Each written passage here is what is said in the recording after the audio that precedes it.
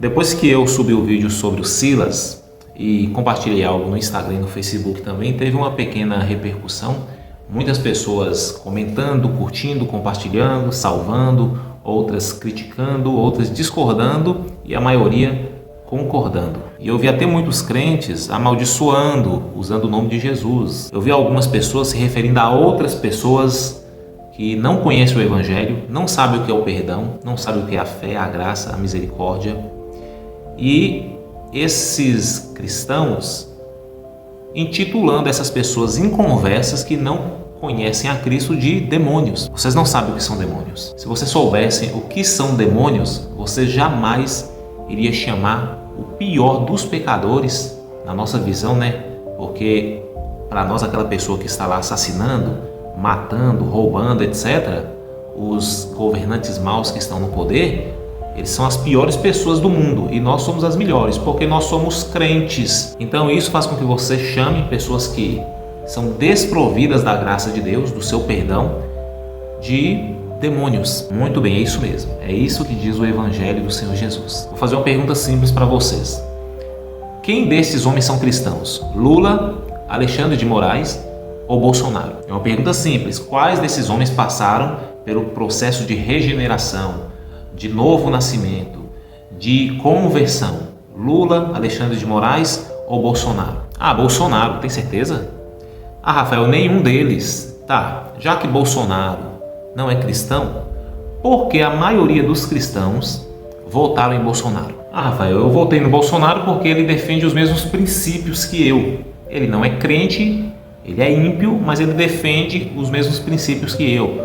Ele é a favor da família tradicional, ele é conservador, ele é contra a ideologia de gênero, ele é a favor da liberdade de expressão, a favor da liberdade religiosa, dentre outros atributos éticos e morais, certo? Então, nós não votamos nele porque ele é cristão, nós votamos nele porque, como político, ele defende uma bandeira, uma pauta que está inserida dentro dos princípios cristãos. Outra pergunta, em 1 Timóteo 2, versos 1 e 2 diz: antes de tudo, recomendo que se façam súplicas, orações, intercessões e ações de graças por todos os homens, pelos reis e por todos que exercem autoridade, para que tenhamos uma vida tranquila e pacífica, com toda piedade e dignidade. Quem está no governo atualmente?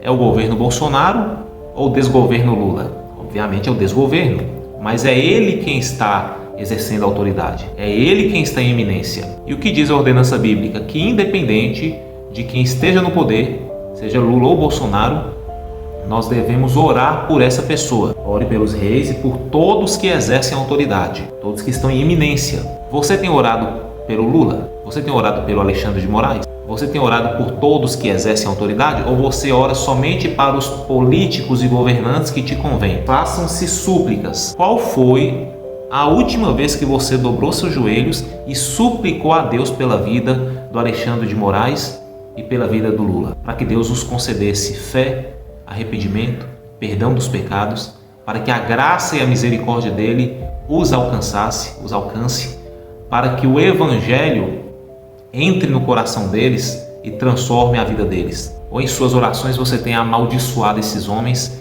e desejado o mal a eles. Em Romanos 13, 1 e 2 diz que não há autoridade que não venha de Deus e as autoridades que existem foram ordenadas por ele. O governo atual foi instituído por Deus? Lula, ele está no governo porque ele conseguiu driblar a permissão de Deus ou ele está no governo por permissão de Deus? As Escrituras dizem que não há autoridade que não venha de Deus, que não venha segundo a vontade de Deus. O anticristo, o escatológico, o final, o derradeiro, ele surgirá segundo a vontade de Deus ou não? Deus irá permitir que ele governe ou não? Ou ele vai driblar, como muitos pensam que Lula fez, driblar a vontade de Deus e se colocar no poder? Obviamente que não.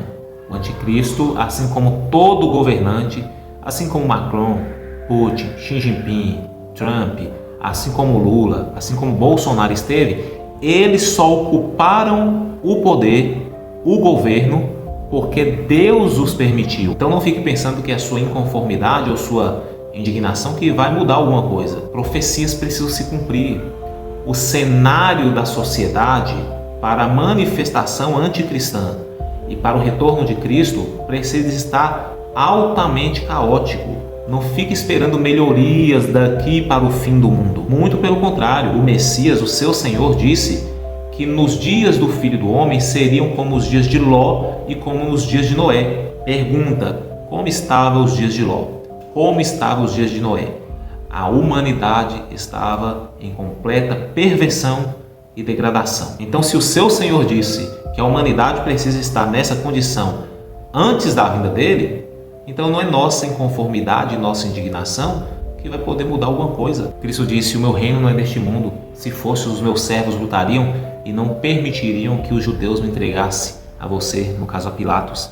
Paulo disse que somos forasteiros e peregrinos em terra estranha. Em Filipenses 3:20 ele diz que a nossa pátria está no céu. Então eu quero finalizar esse vídeo fazendo um convite para você. Ao invés de amaldiçoar e xingar ainda mais esses homens, pois cada vez que você assim age, mais indignado e irado contra esses homens você ficará. Então, ao invés de você agir dessa forma, passe a orar por eles, pedir a Deus que derrame sua graça e misericórdia. Senhor, tenha misericórdia do Lula, tenha misericórdia do Alexandre de Moraes, tenha misericórdia do Bolsonaro, que não conhecem o Senhor verdadeiramente, mas alcance-os com sua graça, alcance-os com sua misericórdia. Conceda a eles a fé, o arrependimento, derrama sua graça, faz com que o Evangelho os alcance, o Evangelho da salvação. Por enquanto é isso, depois eu volto aqui com mais atualizações. Deus abençoe.